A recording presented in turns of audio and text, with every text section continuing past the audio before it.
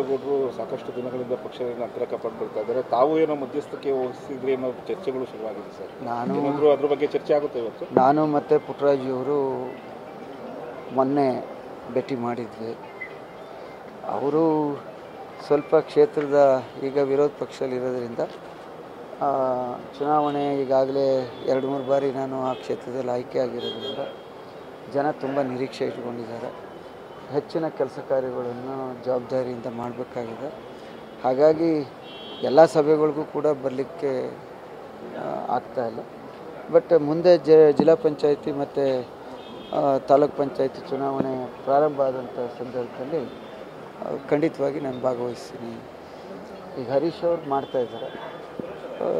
ಪಕ್ಷದ ಸಂಘಟನೆ ವಿಚಾರಗಳಲ್ಲಿ ಎಲ್ಲ ರೀತಿ ಜೊತೆ ಇರ್ತೀವಿ ಅನ್ನೋಂಥ ಮಾತನ್ನು ಹೇಳಿದ್ರೆ ನೆನ್ನೆನೂ ಕೂಡ ಅವ್ರು ಹೇಳಿದ್ದಾರೆ. ಸಮಾಧಾನಕ್ಕೆ ಫುಲ್ ಸ್ಟಾಪ್ ಬೀಳುತ್ತೆ ಸರ್. JDS ಪಕ್ಷ ಅಂದಮೇಲೆ ನಮಗೊಂದು ಕುಟುಂಬ. ಸಣ್ಣ ಪುಟ್ಟ ಇನ್ನು ಯಾರ ಹತ್ರ ಕೇಳೋಕ್ಕೆ ಸಾಧ್ಯ. ದೇವೇಗೌಡ ಸಾಹೇಬರು ತಂದೆ ಸ್ಥಾನದಲ್ಲಿದ್ದಾರೆ, ಕುಮಾರಣ್ಣರವರು ಅಣ್ಣನ ಸ್ಥಾನದಲ್ಲಿದ್ದಾರೆ, ತಮ್ಮ ಸ್ಥಾನದಲ್ಲಿದ್ದಾರೆ. ಅವ್ರಿಗೆ ಅದರಿಂದ ಏನಾರ ಇದ್ದಾಗ ಸಣ್ಣ ಪುಟ್ಟ ಚರ್ಚೆ ಮುನ್ಸಿದ್ದೇ ಇರ್ತದೆ. ಆದರೆ ಇದಕ್ಕೆ ಪಕ್ಷದ ವಿಚಾರದಲ್ಲಿ ಯಾವುದೇ ಹಿನ್ನಡೆ ಆಗಲ್ಲ.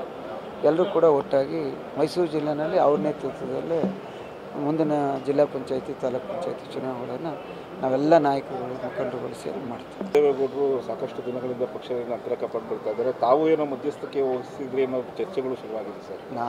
ಅದ್ರ ಬಗ್ಗೆ ಚರ್ಚೆ ಆಗುತ್ತೆ ಇವತ್ತು. ನಾನು ಮತ್ತು ಪುಟ್ಟರಾಜಿಯವರು ಮೊನ್ನೆ ಭೇಟಿ ಮಾಡಿದ್ವಿ.